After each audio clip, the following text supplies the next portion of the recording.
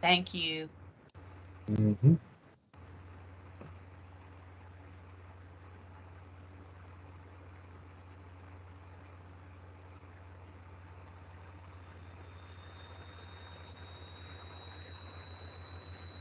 So we'll give people a couple more minutes.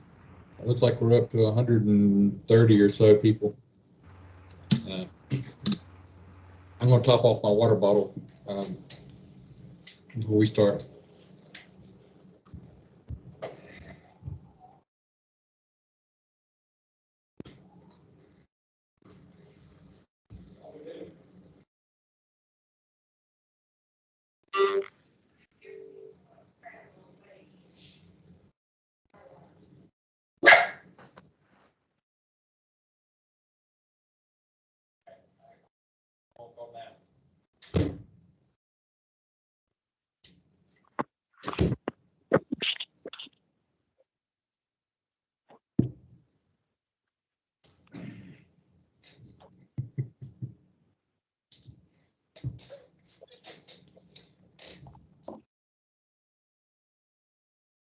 All right, so I got 231. I guess we'll go ahead and get started. Thanks everybody for joining. Wow, we're up somewhere in the neighborhood of 160 people on here. So just to so everyone will know, I have muted. I think I've muted everyone. So everybody should be muted. And so if you have a question, that's fine. Please remember you'll need to unmute yourself. And also feel free to type a question into the chat. I got Rick McSwain who's monitoring the chat for me, and Kale is going to be recording the questions and that people have, and we will develop a frequently asked questions. Also, we'll attempt to put this recording up for people to refer back to from time to time, but hopefully it'll be easier to find. We'll try to organize the frequently asked questions in a fashion that will help you to find an answer quicker than listening to the whole recording all over again if it comes down to that. So my name is David Williams, and I am the Deputy Director for the Division of Soil and Water Conservation. I'm thankful for so many to join in and be interested in this program. I see a lot of faces that I don't know, which is great, but with the numbers that are on here, we're not going to do introductions. But I do appreciate you joining in and I'm bringing your questions and hoping to get some answers about this program. This is a brand new program that was established. I'm going to go ahead and start sharing my screen now. This program was established in the state budget. This session that just ended, and this General Statute 139-65 is the establishment of the Streamflow Rehabilitation Assistance Program. The General Assembly was generous to fund us at $38 million. This is a one-time appropriation for now, and we're thrilled to have that opportunity to initiate this new program. We have been doing a lot of these activities. We have been doing since Hurricane Matthew, where we've done a lot of work with debris removal, post-disaster debris removal, but we recognized that the disasters were actually worse because there had not been an effort to do maintenance on streams, and so prior to the storms. And so the idea here is to try to remove some of the accumulated debris that is already blocking streams or threatens to block streams. And so our hope is that we will, when the next storm does come, that we'll be in better shape and better prepared that the streams will be better prepared to handle the flow that will happen there. Obviously, debris happens every day, falls from trees and what have you, and so but we know that there are a lot of stream segments across the state that have serious needs that are not necessarily related to a disaster, which is where most of our money has been. So I'll start off by kind of going through the statutory authority for the program. Again, if you want to look at it's in the budget bill, which is now shows up on the General Assembly website, the Session Law 2021-180, and the begins on page 34 at the bottom of page 34 of the budget bill. And so this program, the purpose is to assist an eligible grantee in protecting and restoring the integrity. Probably I'll make that a little bigger so people can see it better. Is that better? Protecting and restoring the integrity of drainage infrastructure through routine maintenance to existing streams and drainage ways by removing blockages caused by accumulated debris or sediment, stabilization and restoration of streams and stream banks, and then for rehabilitation or improvement of small watershed structural projects constructed pursuant to the Watershed Protection and Flood Prevention Act of 1954 as amended. And just if you're wondering what that act is, it's essentially it's the structures that we refer to as the PL 566 watershed flood control structures that were constructed in the 50s, 60s, and 70s. So there are a lot of those structures that are and have been providing a very effective flood control, but those structures are in need of maintenance and repairs, and there's not been funding available to help with that. And this is really one of the first times that state funding has been made available to begin to address some of those important needs as well. The statute does go on to say that project engineering, permitting, and administrative costs are eligible for payment through the program, so that's something to keep in mind. And they also can be used to provide non-federal match for disaster-related recovery activities funded by the federal government. And an example of that would be the NRCS's Emergency Watershed Protection Program, which we do expect to use some of these funds for that program to match that program in the areas affected by Hurricane or Tropical Storm Fred out west. So eligible grantees, and this is an important thing here. So this is the list, the statutorily authorized list of grantees, potential grant applicants in essence. Soil and water conservation districts, any political subdivision, including a city, county, water or sewer authority, established under Chapter 162A, metropolitan or county water or sewer district under 162A, county service district established under 153A, municipal service district established under 160A, sanitary district, I'm not going to read all of that, and a drainage district. So those are the various political subdivisions in addition to soil and water conservation districts that are eligible. And then finally, nonprofit organizations can be eligible as well. And so before I go on, do we have any questions about either the purpose or the eligible applicants? David, you have one in the chat asking for if those structures are federal, and you did answer that after that question, but they are federal. Yes, yes, and I've already gotten some questions regarding the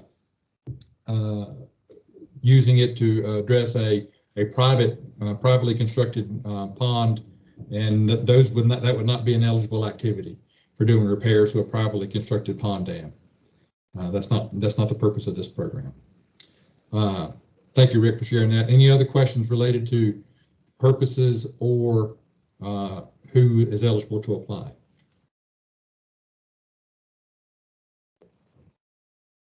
Okay, so if you are an individual who doesn't necessarily qualify for one of these, if you got a situation on your own private property, then you will need to reach out to one of these eligible applicants to see if they would be willing to bring your project into their fold if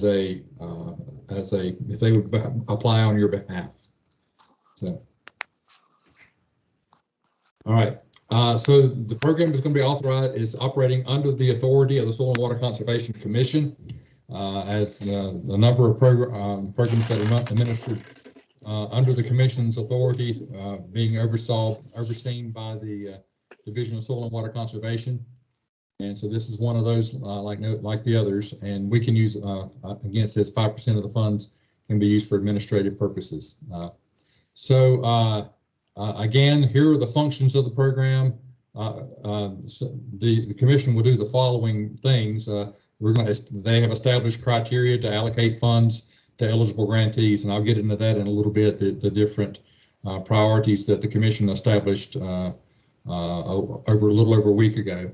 And then a process for soliciting, reviewing applications. I will talk about that. And then the commission has been given authority to adopt temporary and permanent rules. We believe that the time constraints that are on this program really doesn't make that doesn't allow for that. So we're going to operate under the procedures, at least for this first year. So without going into permanent or temporary rulemaking. This is an important consideration. If you're doing debris removal activities, a provision in the law is that any debris that is removed from streams will be entirely removed from the 100-year floodplain or processed in such a manner that the debris would not pose a risk of blockage or significant impairment of stream flow during a subsequent flood event. This is a significant change from the way we've operated for the post-Florence and post-Matthew debris removal programs that we've been administering. You will have to either take it out of the floodplain or process it through chipping, burning, some other method that I haven't thought of, so that it can't get back into the stream and be a threat for a future flood event. So does anybody have questions about what that means? Okay. And it goes on to define it as the flood insurance rate map will be the delineated floodplain that we're going to be working off of. Obviously not every stream has a delineated floodplain, but where they exist, that's what we're going to use to determine whether the debris has been sufficiently removed from the floodplain. Now that does not mean that any debris that is in the floodplain you have to remove. What that means is the debris you take out of the stream channel has to be removed from the floodplain. I hope that's clear to everybody. David, you have a couple of questions in the chat. Okay. Can any of these funds be used for land acquisition?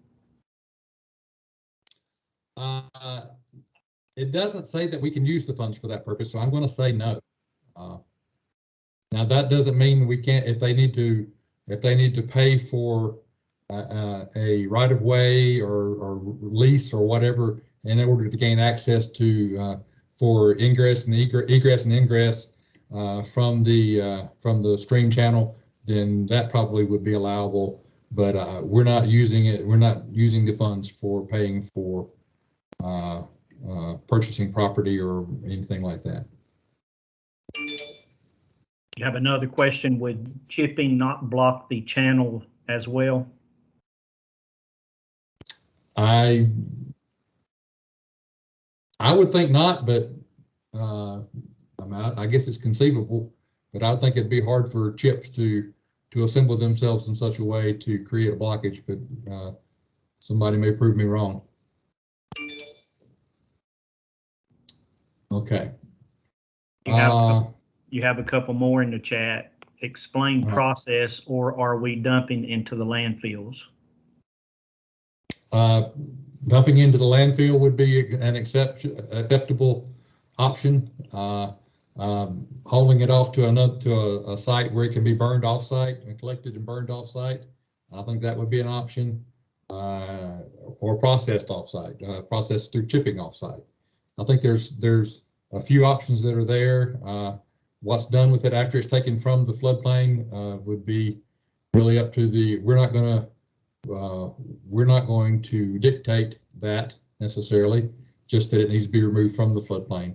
But the applicant would have to make sure that it's legally disposed of. And a second portion to that is, how do you remove spoil from the floodplain that's usually land applied?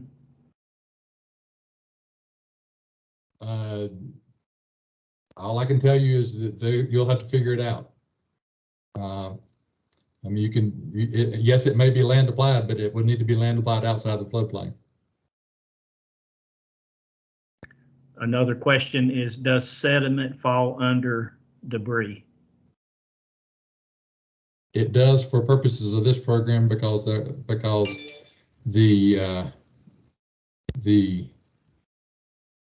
purpose and authority says it does.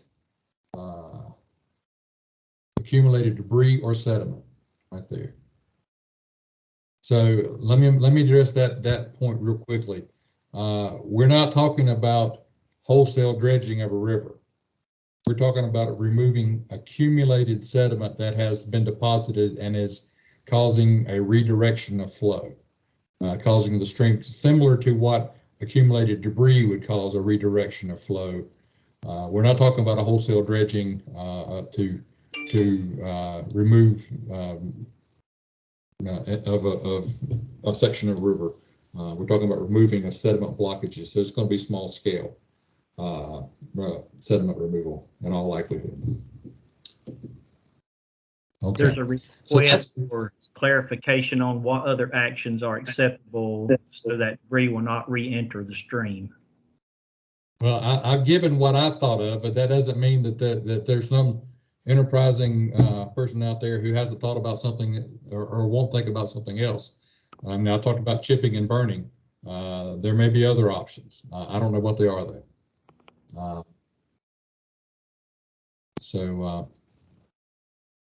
We will. I think you need to tell us what your plans are, but the bottom line is we don't need to find the debris that's been removed dumped right next to the stream, and I think that's the concern we're trying to address.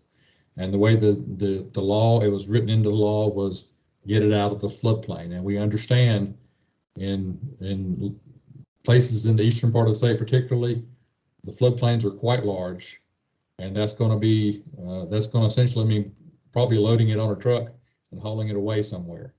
And I understand that that's going to be very expensive and difficult in many places, and that may just mean that those sites are not really going to be feasible to use this program to address. Unless you can find. And the last question is, can processed chips be left in the floodplain? I'm going to say yes, but that's something that we need to do a little more research on to find out for sure if there are any permitting requirements that might be associated with, if that was wetlands.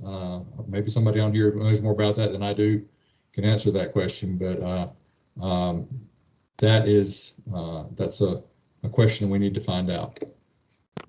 Okay, we had another one come in. Does debris need to be removed with equipment from the bank rather than equipment in the riverbed?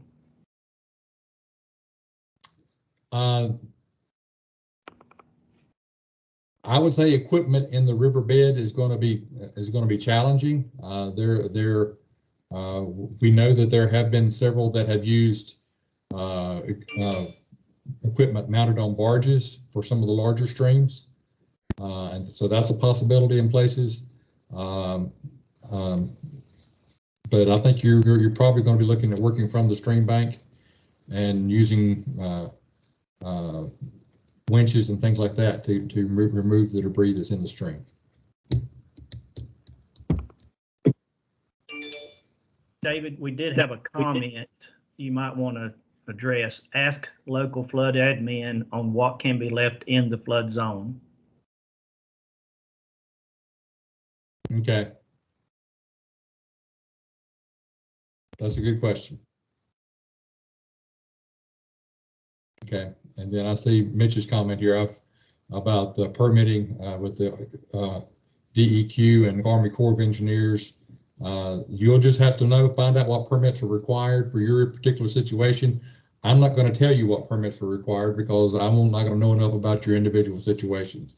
The grantees are responsible for obtaining permits, and you can pass that along to your contractors if you. But ultimately, it's going to be the responsibility of the grantee to obtain those permits, and that also includes obtaining permission to access the property from the adjoining landowners. And sometimes that can be a challenge, is what I understand. And there may be sites that need to be cleaned but won't be able to because you can't gain access. So Jennifer, I'll see your question about engineering design, and we can use this funds for engineering. It says so.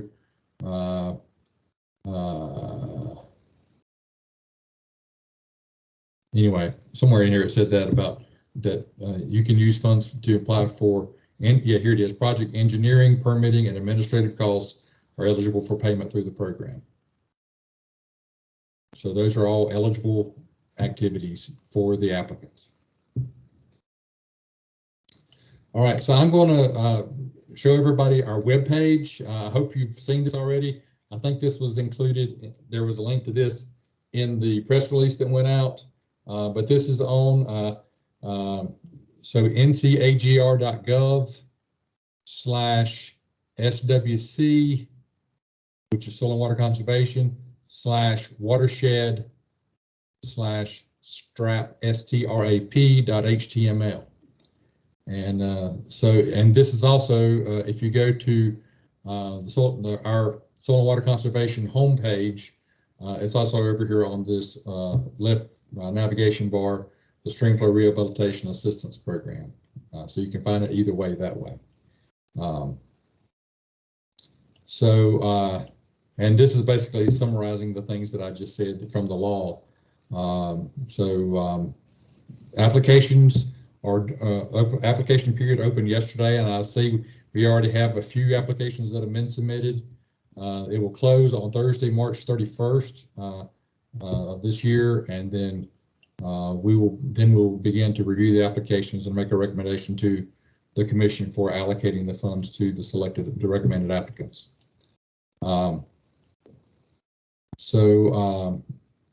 And I think that's pretty much, it says whatever all the other things that are in there. One thing, beaver trapping and beaver dam removal would be an eligible activity under this, and that is something we can pay for those activities as part of this program as well. And so I'm going to go into the application. If I can remember where I put that. All right. So this is what the application looks like. It is when you first come into it, it will ask you to create a login, and so that way you can save your application and come back and make changes to it. You can save it and go back and get other information you may need to finish it. It is fairly long, so just you'll hopefully make some notes about what you're going to need to know in order to complete the application.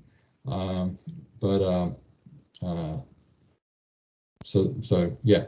So again, it talks about applications. We're dividing into two major purposes. One is streamflow rehabilitation, and then the other is repair or improvement of small watershed structures, and that will be sections B and C, and there'll be some more definition between that. So again, the deadline for applications is March 31st, and we will likely get more applications than we have funds to go around. It's very possible we may offer you a partial funding based on your application. So just be prepared that you may need to go back in and scale back the scope of your request to match the amount of funds that you can be awarded. So that's something that we will work with applicants to do that, as we have done since Hurricane Matthew came along. So the beginning information is pretty much contact related, who's applying, what's your mailing address, and that type of thing. And then we're going to get into the specifics of the requests for funding for streamflow rehabilitation. And so the commission has gone in and prioritized the activities that are kind of under this section. I see I've got two number 2s here, so I need to fix that. So the top one would be projects that are approved for USDA's Emergency Watershed Protection Program assistance, and those may show up anywhere in this section B application here.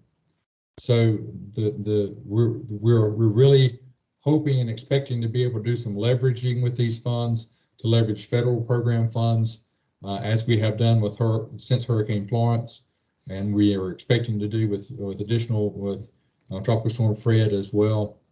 So that will be the top priority. So projects in any of these categories that match EWP program assistance. Other projects that involve only vegetative debris removal will be second priority. So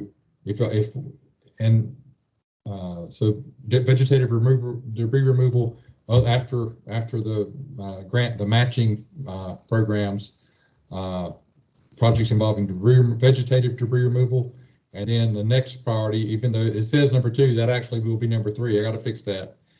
The projects that involve debris removal and sediment removal will be the third priority. The fourth priority will be projects involving vegetative debris removal, sediment removal, and stream bank stabilization. And then we're talking about stream restoration being the fifth priority, and then anything else that you're asking for assistance for related to stream flow rehabilitation will be the sixth priority. So that's kind of the sequence there. And again, beaver trapping and removal of beaver dams are eligible activities to restore stream flow. Again, we talk about ensuring that the extracted debris is removed from the floodplain or processed. And so we're going to ask you to make your applications for the various stream channels that you're wanting to do work in each of these categories. And so really it's section B1 here, we'll be talking about vegetative debris removal only. So you're going to be asked to give the stream channel name, the linear feet of this channel that's affected, the description of the damage and how you would intend to address that, how you're estimating costs to repair that section, and then how many beaver dams do you know of that are in that section. So you can, each stream segment or channel that you're putting in here will be put into a different line of this. And so you can go A through O, which is, I think it's 15. So you could put 15 different streams that you want to do vegetative debris removal on in this section. And if you need more than that, then you can start a second application. And we had that in Florence. We'll likely have it again. So we add those together when the time comes. And so we'll look at all that as one application, even though you may have to make it on two separate applications to fit it into the form. It's just the way this form works. So I probably should have asked questions. Are there any questions about the prioritization for the stream flow rehabilitation portion of this? Any questions?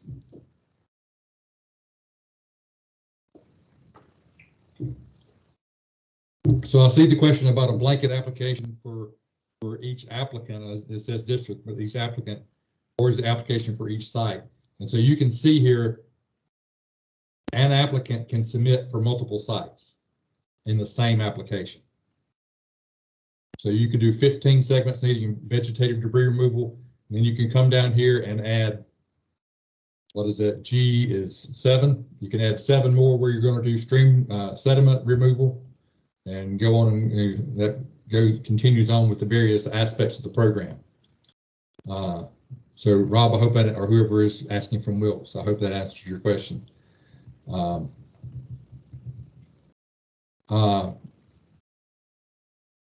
Let me go back and catch up on the questions that have come in. Yeah, David, if you go all the way back up to where the question is clearing snags on DOT bridges and culverts, that's where you stopped. Okay. So that would be an eligible activity, clearing snags that are piled up against bridges. I would actually reach out to DOT and see if you can't get them to do that activity instead of us having to pay for it through this program.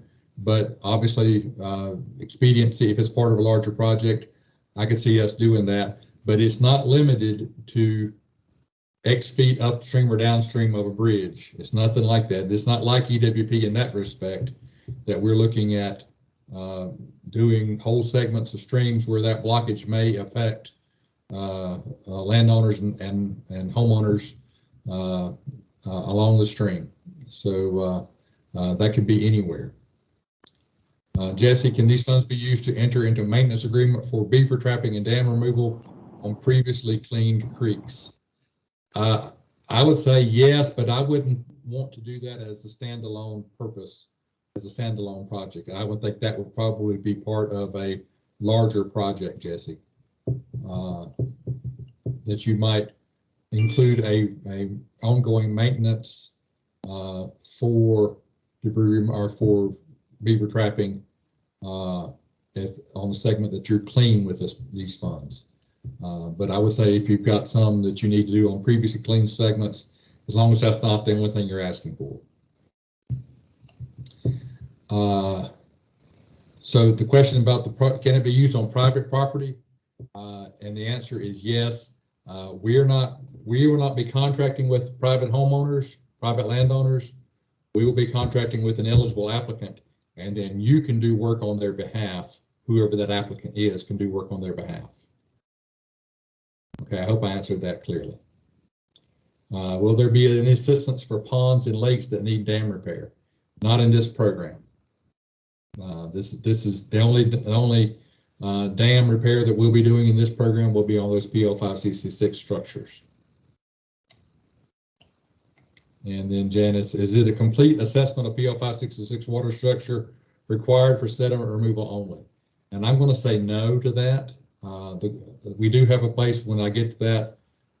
So Janice, after I get down into the PL566 segment of this, if you still have a question, then we can try to address that further. But are these priorities posted? They're posted in the application here. So that's probably the only posting. I don't think, well, let me see. I can't remember whether that's actually on the, yeah, so here are on the website, the priorities for debris removal is here, and then the priorities for the PL566 structures are here. So that, yes, those priorities are posted. And I've already answered Wilt's question there. Will the funds come through CS squared? And the answer is no. And those who don't know what CS squared is, that is our regular cost share program, cost share programs that we do with soil and water conservation districts. We have an online contracting system.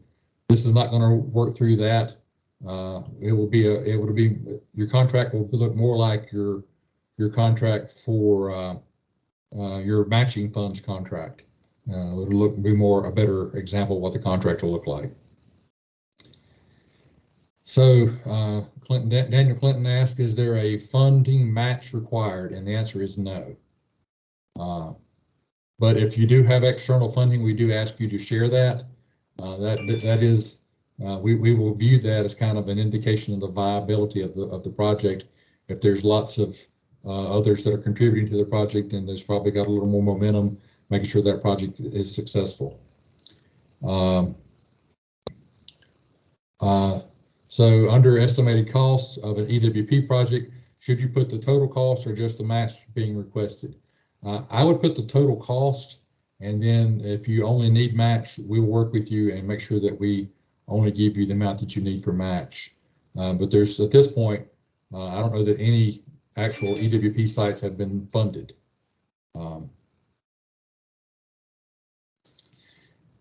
Can these sites be supplement a 2018 SDR project, which is a probably one funded under after Hurricane Florence?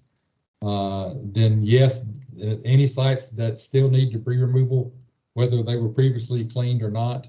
Obviously, we've had, if you did it under Matthew, we've had lots of storms since that time, and so that very well could be necessary again. So that's not a problem. Or you can go back and do some stream bank stabilization on those sites where you did previously debris removal. So Patrick's asking, is it allowable for clean out or excavate drainage ditches, such as a main outlet ditch canal for subdivisions, farms, etc.? Let's talk about that on case-by-case basis. Again, we're not looking at cleaning out everybody's ditches. That's not the idea here. The idea is for removing blockages that have been deposited.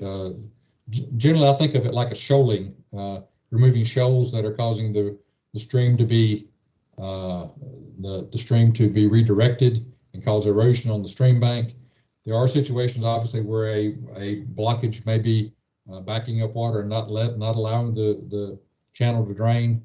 But let's talk about that on a case-by-case basis. I don't want to answer that with a wholesale yes. I hope you understand that, Patrick. All right, going back to the application. So I talked about you can enter up to 15 stream segments here for vegetative removal. Then the same type of information. If you're wanting to do in-stream sediment removal in addition to vegetative debris, then you can do 7 segments there.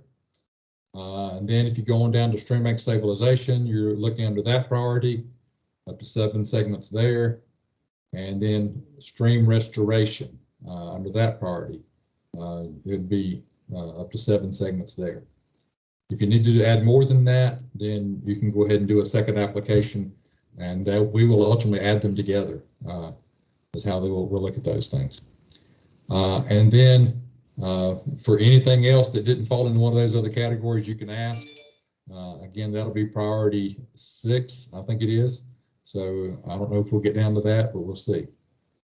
So for the segments listed and the ones up above, we're going to ask you whether you have or intend to apply for Emergency Watershed Protection Program assistance. And so that's where that potential higher priority, where what would otherwise be a priority 6 may roll up to be a priority 1 if it is ultimately approved for EWP assistance. So are there any questions about that? So I know that may be a new thought for some people.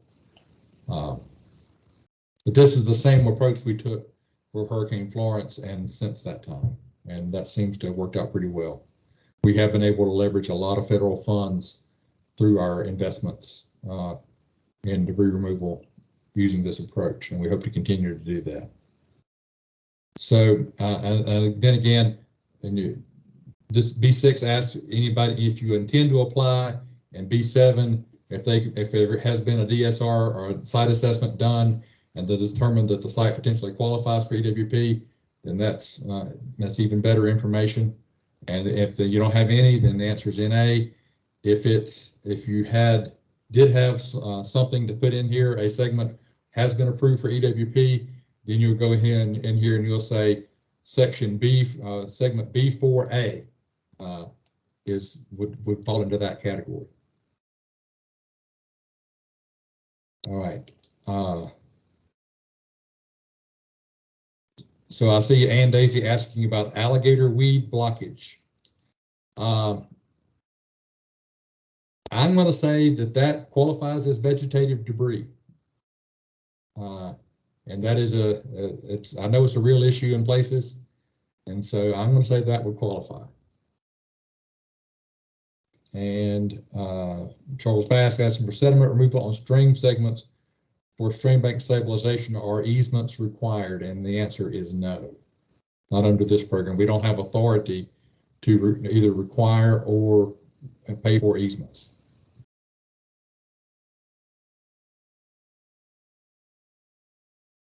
At least that's my answer at this time. So we're also looking to see if this is coming back and follow up to work that is where we've already done debris removal, clean out for previous storm events, and it could be any of these, and just enter again B4A, B2B, whatever as those segments, and then kind of tell us how you decided how to estimate your costs. We're just trying to get an idea about that. There's no right or wrong answer here, but we want to know what approach you're taking in figuring that out.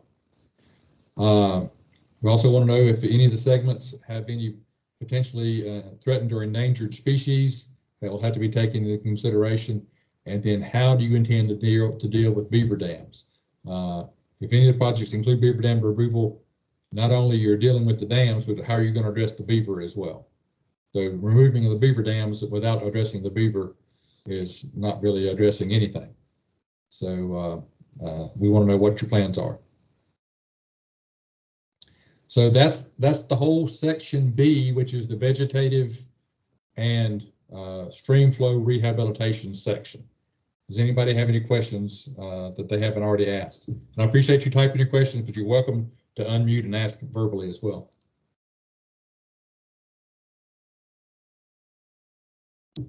All right.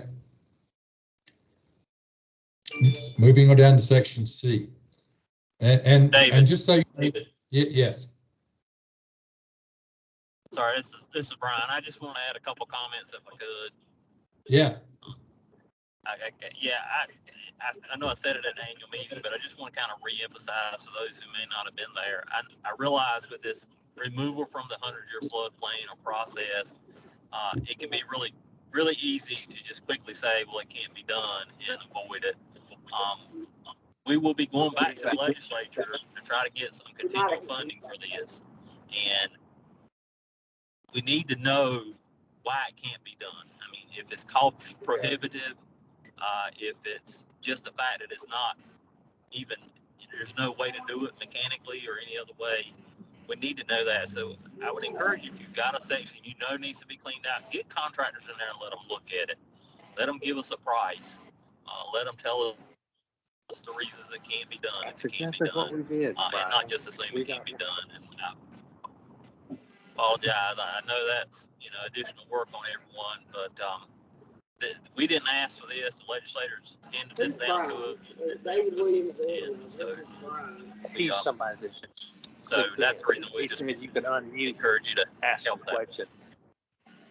And then secondly, I just wanted to point out that if you're working on like bridge abutments, especially railroad bridge abutments, just keep in mind there's some significant liability issues associated with that. So I encourage you to contact a railroad company or DOT before you start working around those structures. issues, but we're going to eliminate those from creep and pump stations, but we've still got the issue we need to deal with.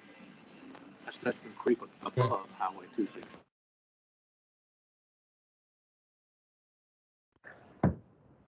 David, this is Dwayne from Haywood County, and I don't want to tie up a bunch of your time with Haywood County specific questions, but where we have multiple sites, can we combine those into reaches?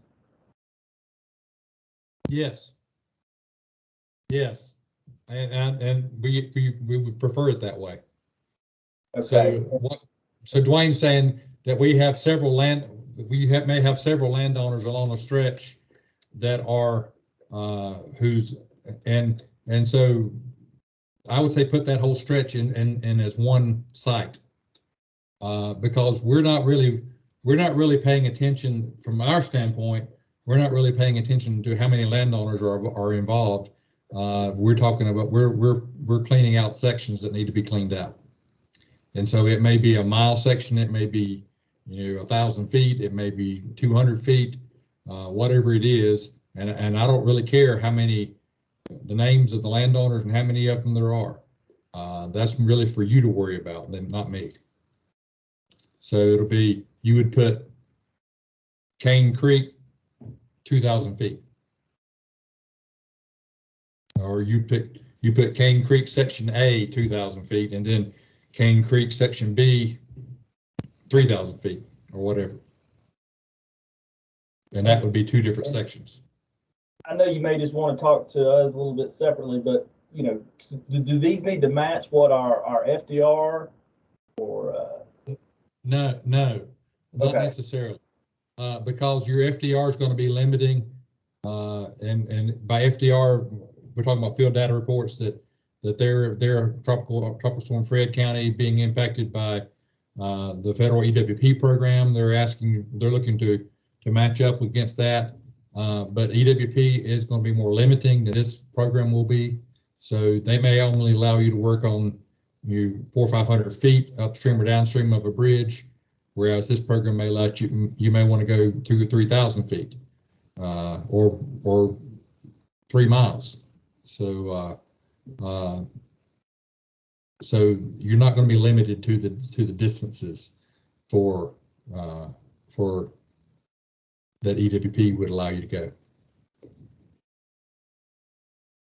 And we had similar. We've done a lot of this with Florence, where we supplemented both the the match, but also we supplemented the distance with Hurricane Florence on segments that were approved for EWP. So we've got a pretty good experience doing that, and a lot of the applicants do as well. Hey, David, this is Heather. Hey.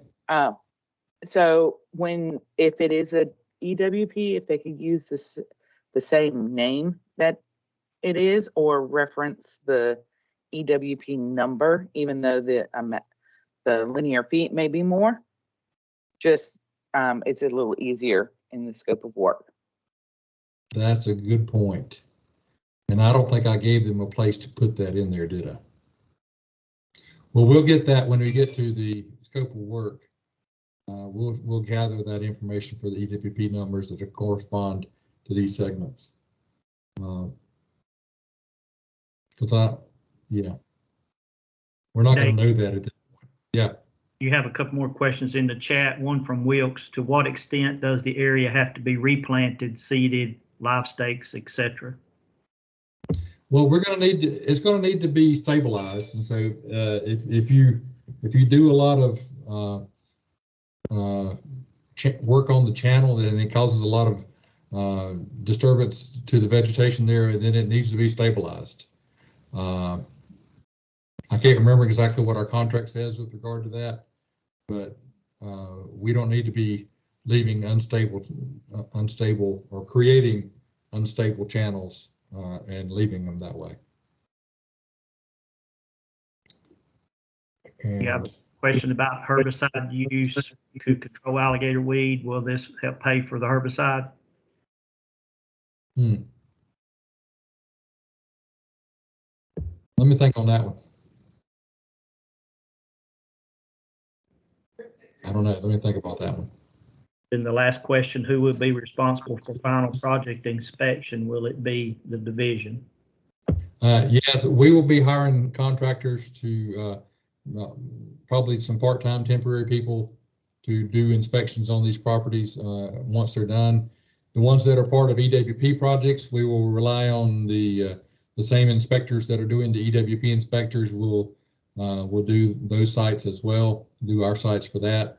But for the ones that are not, or the ones that are EWP plus, we'll be hiring division staff, part-time or temporary staff to come in and do that work. I did one this morning in Yancey County. So yeah, and that's similar to what we've been doing in the Florence counties and Matthew counties. So Leanna is asking, will districts have access to legal assistance? You'll have the same access to legal assistance that you have every day, Leanna. So that's the Attorney General may represent you if you get in you have an issue, but I can't tell you that they will.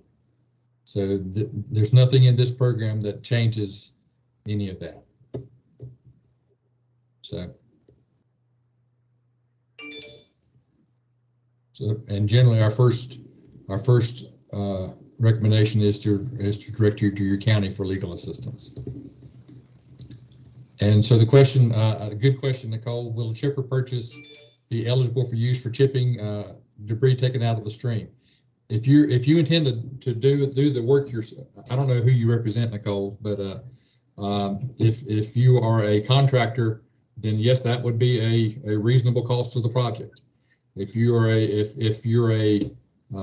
county government and you don't have a chipper, then that would be an eligible cost to the project. So the answer is yes. Or you're Yadkin Valley Sewer Authority. Thank you for clarifying that. This is an interesting collection of potential applicants. It's much broader than we've dealt with in the past, but it's exciting to see that. So I'll say that. All right, I'm going to move on to for the small watershed structural repair or improvement.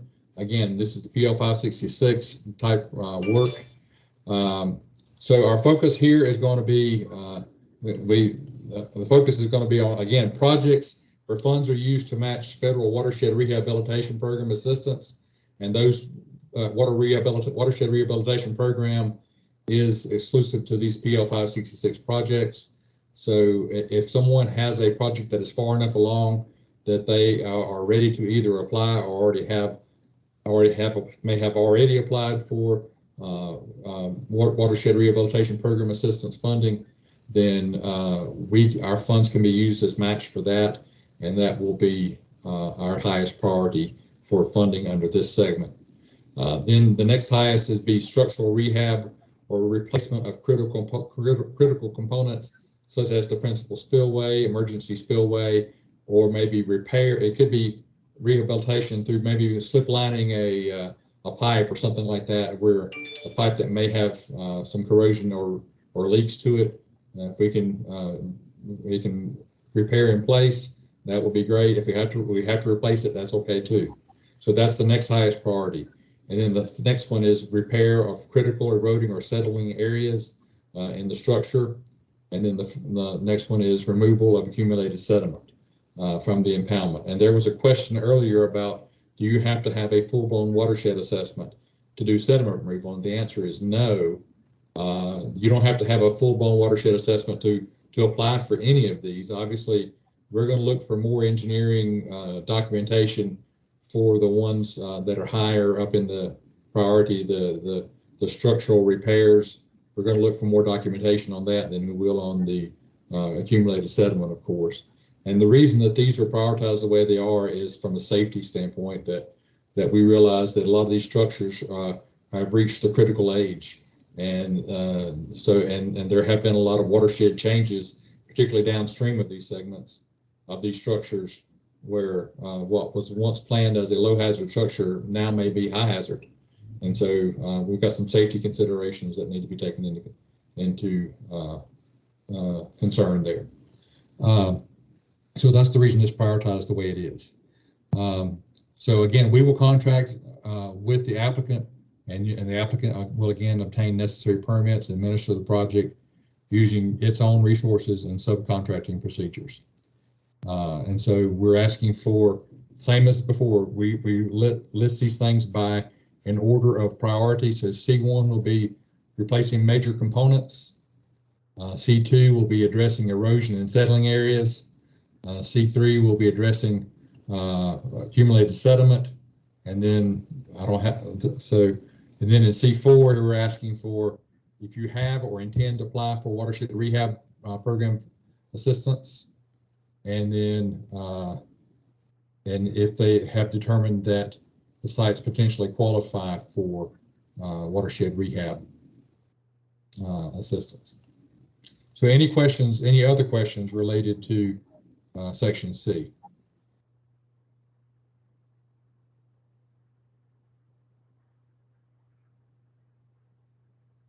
So I see Victoria's question here about when will these funds be available. We expect April or May to be making announcements about where the funds will be awarded, and then we'll be working on developing a scope of work and contract. And I would hope that we would have these contracts in a place by the 1st of July, let's say, maybe even June. We may have some in place in June, but I would say July probably is a more reasonable time frame for that. We do have only until June 30th of 2023 to get the funds contracted, and that's all of the funds. Anything that's not contracted will revert at that point. So we are we're trying to be very aggressive at getting these funds awarded and contracted as quickly as we can.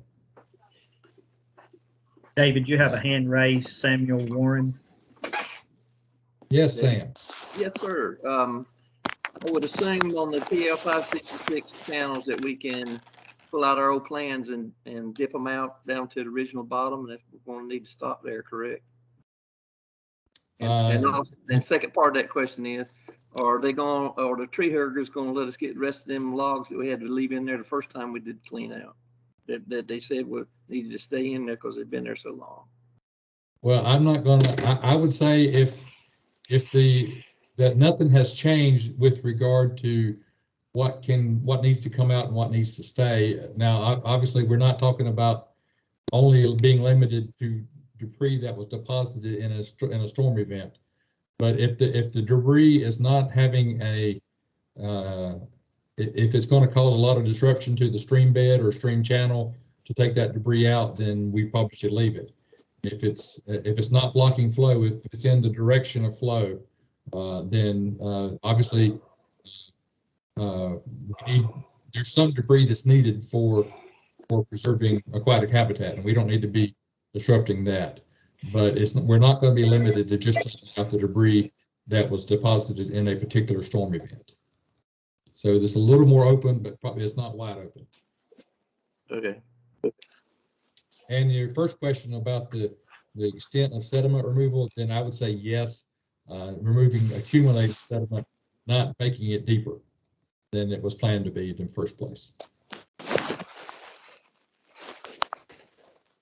Jason, will the structures need to be brought up to dam safety standards to meet the C1 priority? Good question. I'm going to say yes, but I may hedge on that a little bit. So we haven't looked into that specifically, but I would say probably at least have to meet dam safety standards, I would think. But we're coming to see you tomorrow, so we will have a better discussion about that then. David, you had another question above there. Would a county need to subcontract the work, or could the county's personnel and machinery perform the work? Both are allowed. We have no preference on that. Then another question is, how will impaired streams be addressed in this application?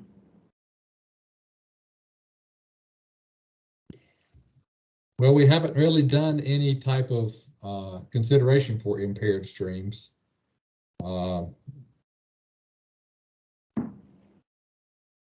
It's not part of our application right now.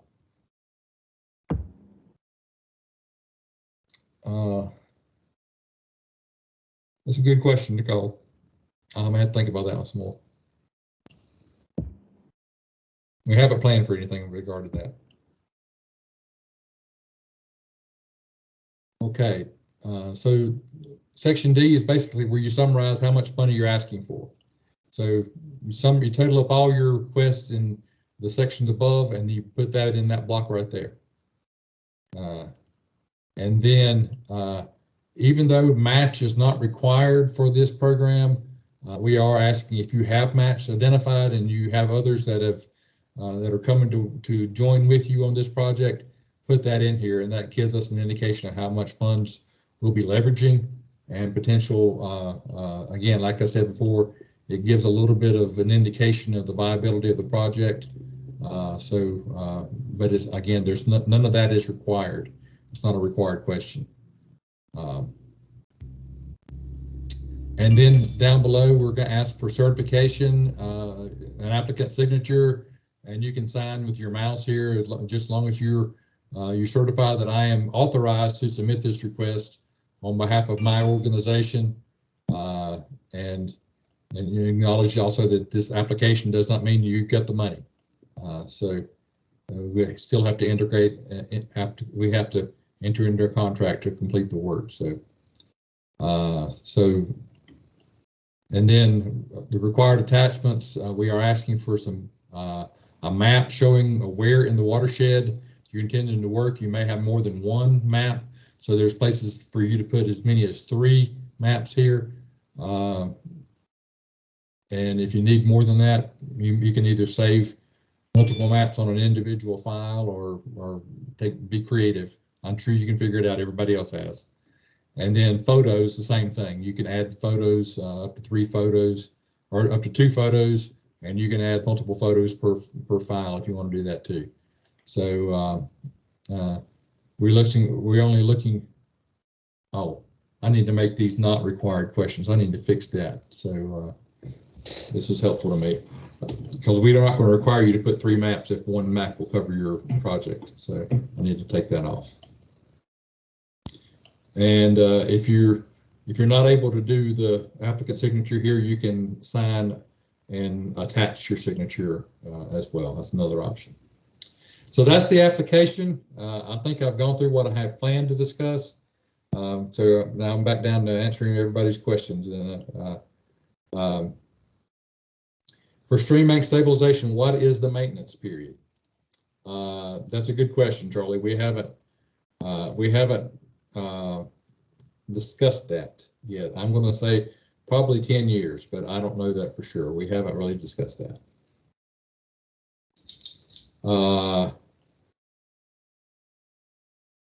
Northeast Cape Fear has been filling with sediment for 100 years. So Cole, I think the answer to this is probably going to be no. We're not looking, like I said before, we're not using this to do wholesale dredging. We're not going to have enough money to do much of that. So those dredging is going to be quite expensive. So I think we're looking at more at spot treatment than we are major segments of the Northeast Cape Fear River. Dwayne, can FEMA emergency stream debris removal funds be used as match?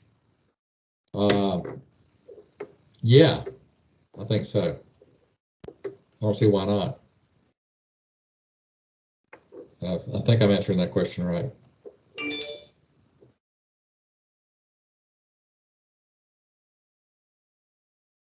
Hey, David, it's Heather again. Hey. Another thing is for the contract, they will have to be registered in SAM. Oh, yeah. So for, you know, if there's a drainage district or anything like that, they need to be aware of that before at least being in the process of doing that. That can take some time. That's a good point, Sarah. Heather, I appreciate you pointing that out. That and SAM is the System for Award Management is a federal system that you have to be in.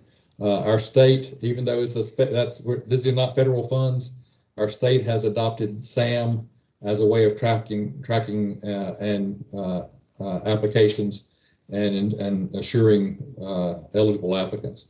So you will have to apply for and get a SAM registration, even if you're not a federal agency or applying for federal funds. And that may take a few weeks to get, so just be aware of that. You won't necessarily have to have it to fill in your application, but you will have to have it prior to getting a contract. Thanks for pointing that out, Heather. And those of you who don't know Heather, will probably get to know Heather. If you get a contract, Heather is likely to have a hand in helping to put your contract together, and so you'll be dealing with her from time to time on these projects. Heather works for the division.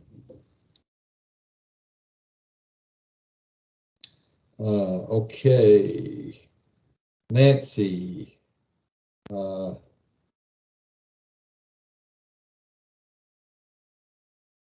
Okay, appreciate that comment, Nancy. The payment process. What is the payment process? Is it a reimbursement? Yes, good question, Randy. It is reimbursement. So the applicant has to be able to front the money or have agreement with the contractor that the work has to be completed and signed and approved by our state inspector, our division inspector, and then you can submit your request for funding. We will not approve if a section is. Let me say. Let's say somebody asked Randy that you asked for approval of 5,000 feet on some stream, Muddy Creek in your county, and you can request approval of a payment for 3,000 of that 5,000 feet, but we won't pay for if the 5,000 feet is only 20%. You've only removed 20% of the debris along that 5,000 foot segment because the water was too high, and we're not going to give you 20. We're not going to give you 20% of the funding because none of that segment is actually completed. Does that make sense? We're going to do it on a whole piece that can be approved as being done. We're not going to approve partial payments on a partially completed segment. I hope that makes sense. But we will pay for part of a segment, but not partial work in a segment. I hope that makes sense. It makes perfect sense to me. So, let's see, Randy, Adam. If the contract is signed, how long will the contractor have to complete the project from the start date? These will likely be 3-year projects. We generally try to do a 3-year project. So let's say we start these, they started in July of 22. That'll give us to June of 23, June of 25. Okay, that makes sense. I think that's right. That's going to kind of be our target anyway. Who will make the final determination on funding? That'll be the commission, the Soil and Water Conservation Commission. Victoria, can funds be used in conjunction with a stream restoration project that is currently active? Yeah, I'm going to say yes on that. That would be the same as, you know, when I asked about other projects that are being used as match, that would fall into that category where there would be an those other funding can be used as match on that project. So yes. Will soil and water soil and water district applications have priority over other applicants? No, not necessarily. It's all going to, each project's going to stand on its own.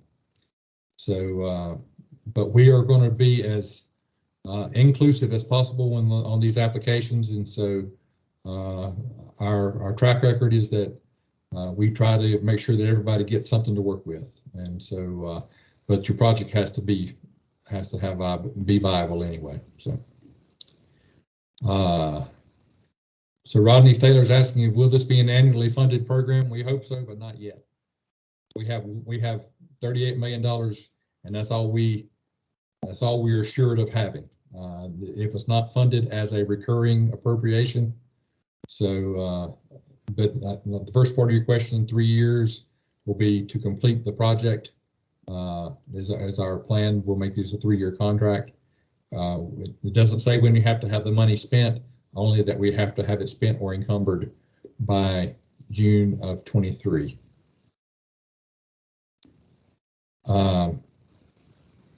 So Janice is asking about job approval authority.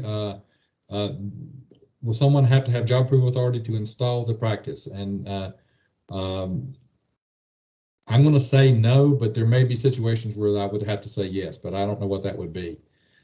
So right now I'm saying the engineering design is not needed. Then job approval authority, we're going to rely on our own division inspectors to review these sites before we pay out on them. So I believe that's going to be the job approval authority there.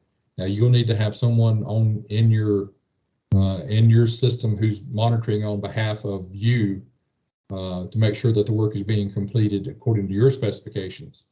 But before we're going to pay off on it, one of our state inspectors is going to review and sign off on that project.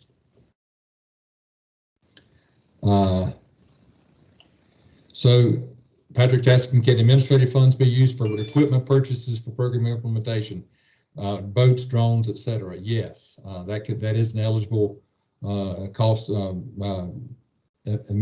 administrative aspect of the program, getting the equipment that you need to be able to oversee the project that you're responsible for. Yes, that would be allowed. The question about funding available for maintenance. No, there is no ongoing funding for continued maintenance. That is something we hope to be able to provide going forward, but as we stand today, this is our only funding. Mark Bird, is there a generic contract that could be used between the applicant and the contractor? We don't have that. There have been a lot of these contracts awarded over the years, for the last several years, so we probably could help you connect with someone who might be able to provide you a good example. A lot of people on here who could probably give you good examples of those contracts, Patrick Baker being one of them, Rodney Taylor being another. So there's there's a lot of people that have had this type of experience working with debris on the debris removal side of this program. Not so much with the PL 566. Okay. Well, I've talked a lot.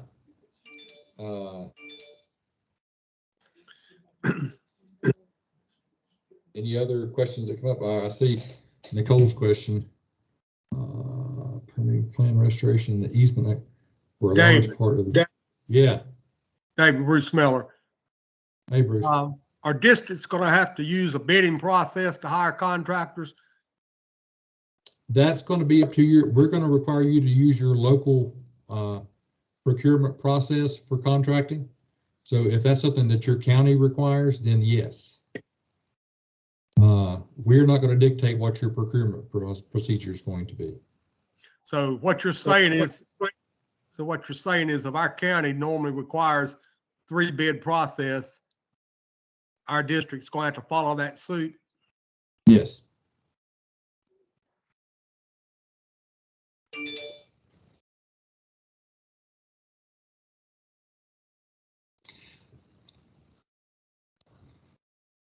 So Nicole is asking about permitting and plan registration and easement acquisition bid eligible costs. I don't know. I'm not going to answer the easement acquisition at this point because I don't know that. That's not clearly defined in the statute as an eligible cost. Engineering and permitting, yes, definitely are. But the easement acquisition, I don't know yet. So.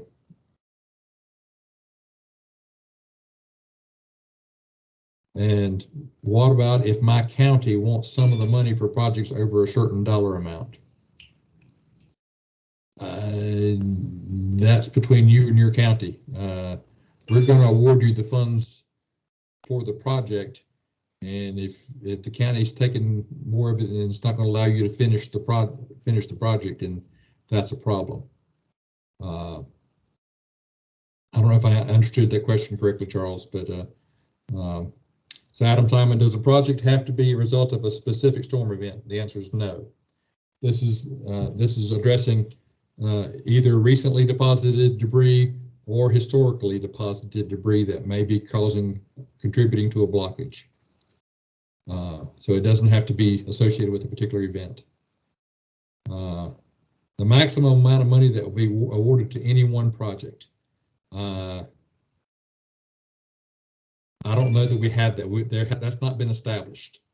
But I assure you that we won't be awarding $38 million to one project. So,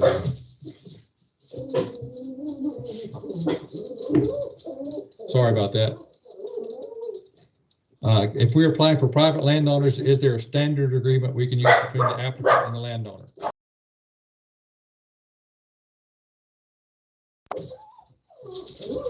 I don't have that, but again, I'll refer back to some of the people I referred to already that have done a lot of this work. There may have some agreements, some standards that they would be willing to share. We do not have that.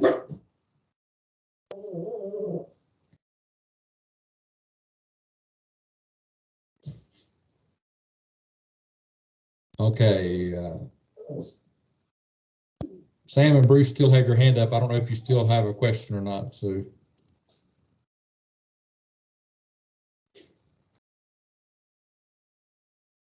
All right. Any other questions?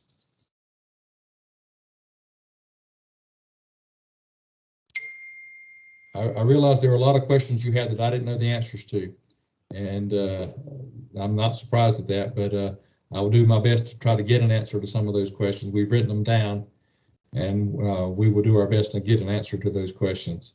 And so we'll put them out on the frequently asked questions, and I'll try to send out an announcement that has been put out on the website, so you can even refer to it when you want to.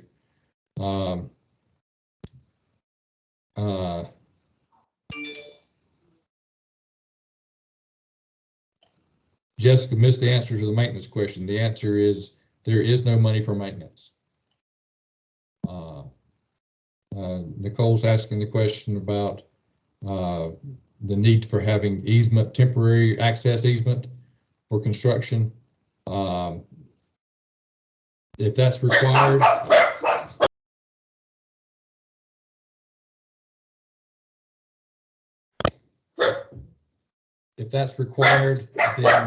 then we'll have to figure out how to address that situation. Hang on a second.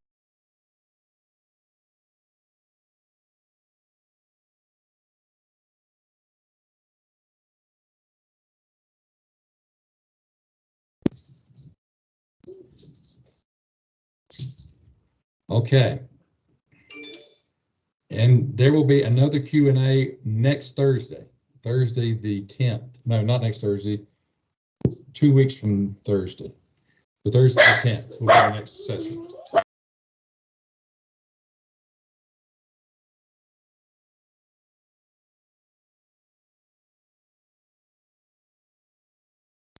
So does the division have a way to determine if applicants for the same county are applying for the same sites?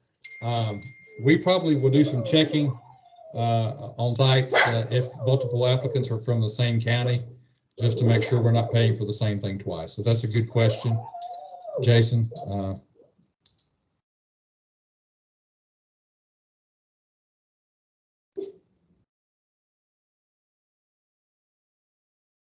So I would encourage you to come back in on the 10th and at 9 o'clock on the 10th, and we'll have another one of these sessions, and maybe I'll have more answers, and you'll see more questions, and there'll be some that I don't know the answer to then too, I'm sure.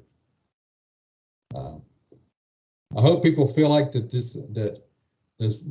the application is fairly straightforward. It's long, I know, but you don't have to fill in everything. Obviously, you just fill in the sections that apply to you. So, and I see I got a couple of things that are marked as being required that I'm going to change, but all right.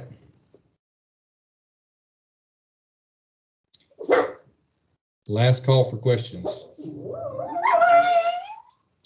That date again, 9 o'clock on February the 10th. And the same link that you clicked on for this one will work then as well. And that should be available on our website as well.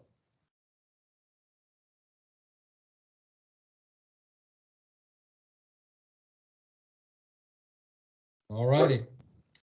Well, if there are no other questions, thank you very much. Appreciate everybody joining in, and well, I'm sure we'll finish building this plane as we're flying it. Is your dog hungry? My dog's fixing to get a talking to.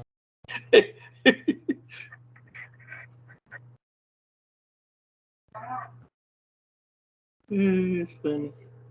It's funny.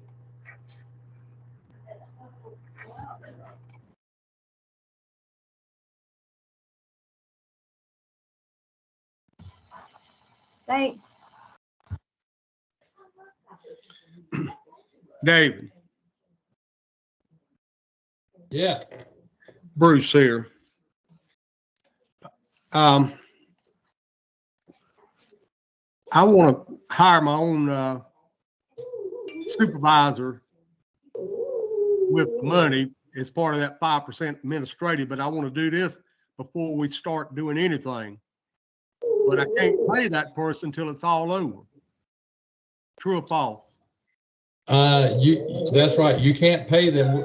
We're gonna the administrative fund. The contract will allow administrative funding as a percentage of the total project. And if we haven't spent any, so if we haven't spent any repair money, then we can't spend any administrative money either. So yeah. So now, I think it's good. It makes sense for you to hire somebody to kind of oversee this, because these projects do take some time. But I understand so you'll just have to be aware that the of what the cash flow dynamics are going to be. So Yeah. Now, if I do this, will the money come through the county to that contract person, or will it be a check written from the state to that person? We're going to pay whoever the applicant is. So the applicant is the county. If the applicant's the county or the district, that's who we're going to pay. Yeah, good enough. And of course, you probably didn't get that email I sent you, or not email, but I sent you an email yesterday. But, it looks like to me that districts are pretty much going to be able to decide what's satisfactory on their own. There's no standards that we're going by, at least what I've heard, read, and witnessed today. My question the other night was, what is a clean stream? And of course, a clean stream in the mountains is different than a clean stream in the coastal plain. But if I'd love to see a YouTube video of a before and after up front, real quick, so people can actually see what's acceptable, what's not acceptable. But as it is, I mean, I've just did 2,000 foot of my own without this, and I knew what I did. I did exactly what this program's called for, and I knew how much it cost me. But I don't know if I took trees that shouldn't have, took stumps that shouldn't have, or left stuff that should have. And I think generally, so I have a PowerPoint I can send to you that's got pictures and scenarios. Yeah. And I think that you might find that valuable. That's good. Patty Gabriel. So we have some guidance that was given to us that was put together in the 80s by the Corps of Engineers and Wildlife Resources about stream debris removal and management of the debris, and also what you should take and what you can leave, what you should leave. So that Patty did a really good job of putting that into a PowerPoint, and I will be glad to share that with you. I wish I had thought about that at the time while everybody was on board here, but that is I found it to be pretty doggone good at helping people understand what stays and what goes. Some people alluded to it, but you're going to only access one side of a stream in most cases. Most property lines are the center of the stream. And so what if you got a neighbor that don't want you to snatch the tree, but it's the tree that's impeding the stream flow? Well, and that's if the stream, I mean, if the tree is on their bank, then I think that they may have some say so about it. But if it's in the middle of the stream, it's really the state's property at that point. But if it's a tree that's broke off from their side and leaning on you, the roots still on their side, the top's on you, and I could see how you could maybe saw off, but really the whole thing needs to come out. But if two neighbors, so I can see that this is this is going to be fun. So I will say this: you can imagine those scenarios, and yes, they're out there, but it's been quite the minority of sites that are out there.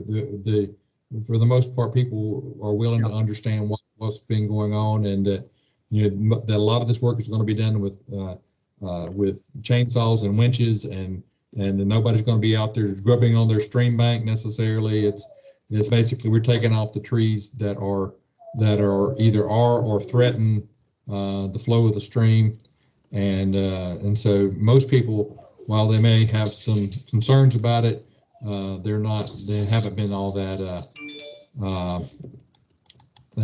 that difficult to work with.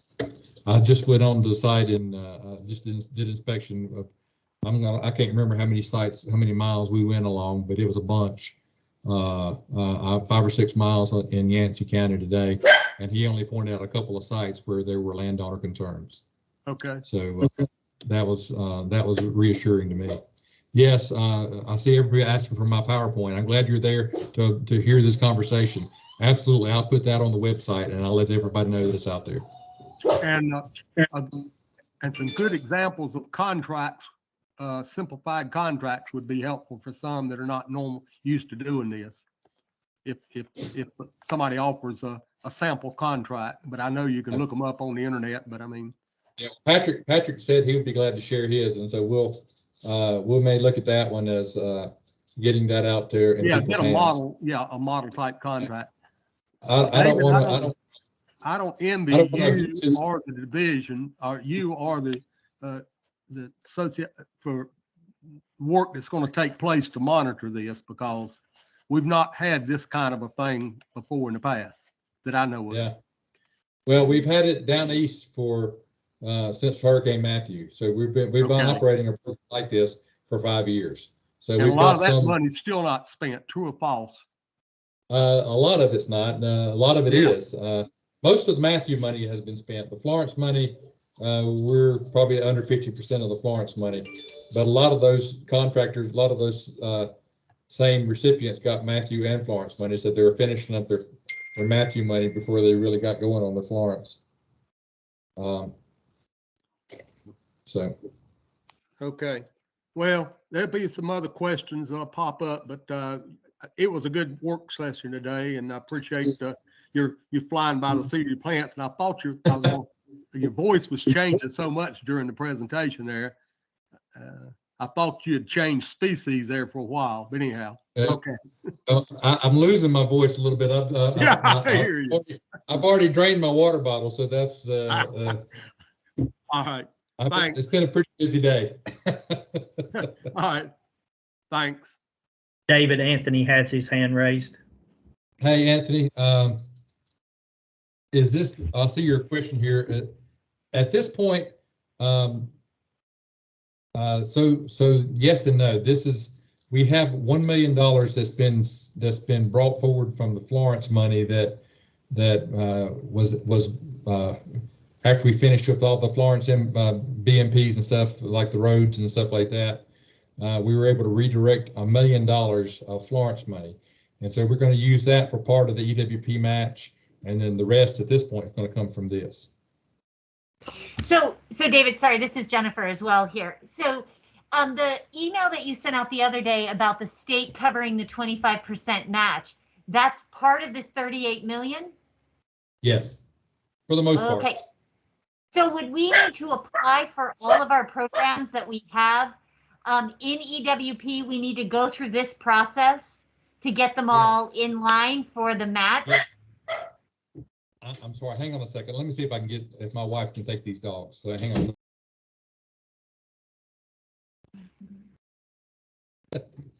Okay, she took them. So, so yes, because in order for us to put them on the scope of work for these funds, you need to put that on this application. So all of those sites. So would we do a separate application for every project, or would we group them? You would group them. I would say what I would propose, and I think this is what NRCS is going to do as well, would be, let's say you've got 7 landowners on a particular segment, and they may not all be adjacent, but they're all kind of in the same area. Yep. Group that into one project, and put that down as segment A. That's 1,500 feet of stream would be segment A, even though it's got multiple landowners. Okay. All right. That works. Thank you. Mm-hmm. Oh, yeah, Patrick's reminding me about Hurricane Irene. That's where we got started on this thing back in 2011. So, but that was only small potatoes compared to what we got under Matthew. So, yeah.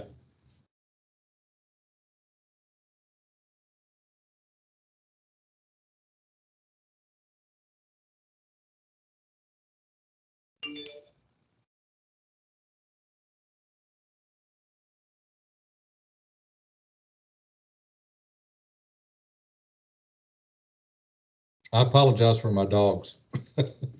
My grandson is here as well, so we're trying to keep the dogs away from him, and nap time interfered with this time. So.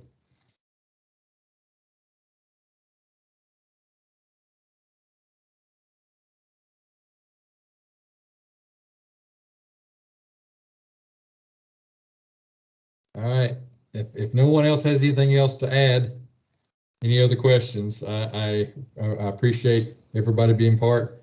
Hey, David, this is Jennifer again in Buncombe. Another just quick question on that segment idea. Do you have any guidance on whether long segments are more competitive than others? And in other words, if we have a huge section of Hominy Creek, would we be smarter to break it up into upper Hominy and lower Hominy, or just all Hominy and just put it all in as one?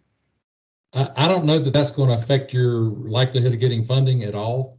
Okay. I think I'm probably going to lump it all together, and ultimately you're going to ask. You're probably. I mean, obviously you stand to get a lot of EWP funds, but that's not going to come close to addressing all your sites. So, and then there's going to be. You're going to have a lot of sites that still won't qualify, or that still won't. You're going to have more sites than I'm going to have money to give you. So, so you're ultimately going to have to prioritize, and so in all likelihood, you're going to have to knock a few sites off your list because you're not going to get enough money this time to cover that much work. So that's just going to be the nature. We have a lot of EWP, but we also have a lot of, debris removal that we could do that doesn't qualify for EWP because it wasn't threatening a structure or, threatening property. And so, prioritizing that, that's a challenge for sure. And I'm not going to help you do that.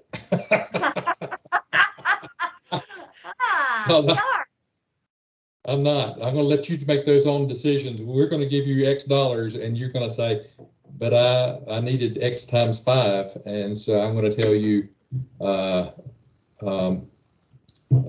you got X. What are you going to do with X? And so we're not necessarily prioritizing as we apply. We're going to get, as we apply, we're going to get X dollars, and then based on what we get, we'll prioritize. Yes. And I should have said this. But I didn't. Even though I'm asking you to put a dollar amount for each segment, you're not going to be held to that.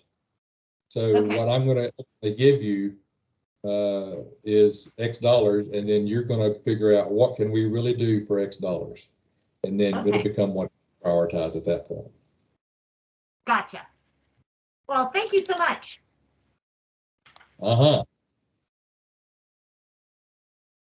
David, this is Janice. Is this March deadline, is that just like the first batching period, or, I mean, do you expect to allocate it all in that period and then go back out? Or? Based on what I'm seeing, yes, I do expect to allocate it all at this first batching period, because I think we're going to have that many applications. Okay. But if we don't, then we'll offer a second one. Now, there's a possibility that there will be additional funds awarded next year. There's also a possibility that there will be projects that we award that ultimately fall through, as is often the case. So at that point, if we have significant funds, we will offer a second matching period. Or we'll go back and say, we'll adjust the awards. It may not be enough to open it up again. We'll just go back to the ones and say, here you get an extra $40,000. Congratulations. We've done in our history, I think we did 6 different batching periods for Hurricane Matthew, and that most of that was because we started out, well, the first 2 basically were almost one, because that was almost the initial allocation, and then after that it became as projects fell through, we had some more money we were able to make available, and then as projects were completed, we had more money we could make available. I don't know that we're going to have that flexibility to recontract money that falls out after June of 23. I think anything that falls after June of 23, unless something changes, we lose. Okay. So we're going to be very aggressive of getting these funds into contracts as quickly as we can.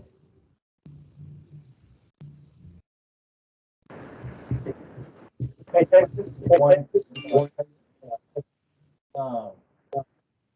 we set up a time maybe just about Haywood. Would that be okay? Sure. Because I I got a lot of need to talk concerns. with you about something else on Haywood anyway, so, yeah, we can do that. Yeah, I mean, I got a lot of concerns just looking at the sheer scope of what, if I'm understanding this right, how much data entry this is going to require from us with the volume of I mean, just the EWP alone, not to mention everything that's not going to get funded by that. To have to drop back and do cost estimates and pictures and maps, you know, yeah, it's a little frightening. I'm not gonna lie. Looking at the scope of it. I That's understand. that's and then so we're not just gonna get 25% match is what I'm hearing. I've got to go through every single DSR and it gets approved or not approved actually because we probably won't know and ask for Right. funding. I might have to ask for 25% of it. So what we will do is if those sites ultimately get picked up by USDA, then we will drop back and give you 25%. We'll calculate the match amount and give you that for the portion of that segment that qualified for EWP. Now let's say that they do 500 feet, but you really wanted to do 2,500 feet. Right. Then obviously you'll get 100%. Well, you'll get what you get, and you can use that to cover the rest of the 2,500 feet, or you can use some of it there and some of it somewhere else. It's like I said, like I told Jennifer, we're going to give you ultimately what we give you, and then you can prioritize how to use those funds to best meet the needs in your county and meet the priority needs. I just don't believe we're going to have enough to cover the waterfront of all the requests that we're going to get. Particularly since there's stream rehabilitation as part of this, and you know how expensive those projects are. So, because those projects may add up to a lot of money, even though it's low priority, they're still on the list. So. And I'll have to ask for match for those, even above and beyond just the debris, so all the stream stabilization stuff too. Well, there's no match required for it, but it obviously, if the likelihood you're going to get enough to do a lot of stream restoration is pretty low. Yeah, so, I don't think we're at Haywood County intending to ask. We're going to ask for debris removal in addition to what EWP does. Yeah. I don't think we're going to jump into any, or at least not a significant amount of stream bank stabilization above and beyond what we have to match EWP for. Yeah, that's right, and that's why those are prioritized the way they are. They're more expensive. They're more challenging. They're more permitting requirements. There's so many reasons that those projects are more likely to fall through, and that's why they're prioritized down where they are. So we're in the tail end of close to $5 million of FEMA stream debris removal, and I just wanted to make that's why I was asking that. I mean, we're going to put that. I want to make sure we're getting credit for that because it would have been EWP had we not been picking it up. Sure. And it's a lot of it's going to be in those existing requests. It's just going to be gone already by the time we get there with EWP. Okay. Yeah, I mean, if you could come up with a time or two, maybe shoot that to me, because I've got some real specific questions on how I can maybe work this way through. Maybe we can coordinate with Cal, and I don't want to get too far underwater. Sure. Some of all this. Right. How does Thursday afternoon about 4 o'clock? How does that work for you? I'd only have about 30 minutes. How about Friday at about 2:30? Yeah, that looks better. Okay. So I'll send an invitation out. Okay, I appreciate that. All righty. All right, folks, I'm sorry. I know that we probably could go on a while on this, but I'm going to have to jump off because I got to go do something else too. So thanks to everybody for being part of this, and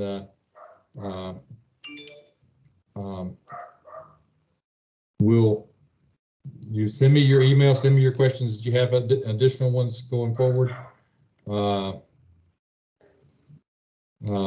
So Randy, you asked about cost estimate numbers. I don't particularly sense the requirement that debris has to be removed from the floodplain. That's kind of a game changer, and my fear is it's going to really jack up the cost. Down east, most of our estimates that we've had are kind of from the eastern part of the state, and again, it was just taking the debris out and pulling it away from the stream channel and leaving it. And that was $2 to $3 a foot typically. Some cases it was even less than $1 a foot. And part of that depends on the extensiveness of the extent of the debris there is. But I wish I had better estimates to give you, but that the requirement to take it out of the floodplain is kind of changing things. Now for you probably got the calculation estimates for your DSR work out west, and that's probably as good as anything at this point. So Okay, yeah, that's kind of what we were thinking, and we worked with a couple of contractors. The numbers seemed a little high. Yeah. I think it may Well, just be I what it would have is. said those numbers were high too, based on our eastern experience, but we don't have a lot of western experience. I do know that and I mentioned Yancey County a couple of times, that their bids came in a little under. I think their bids have come in under the amount that they expected, but I can't remember what their per foot cost estimate was. So they got enough money left over. They're going to be able to add a couple more segments. So so that's good. That's what you want to see. Okay, sounds good. All right. Last call for questions.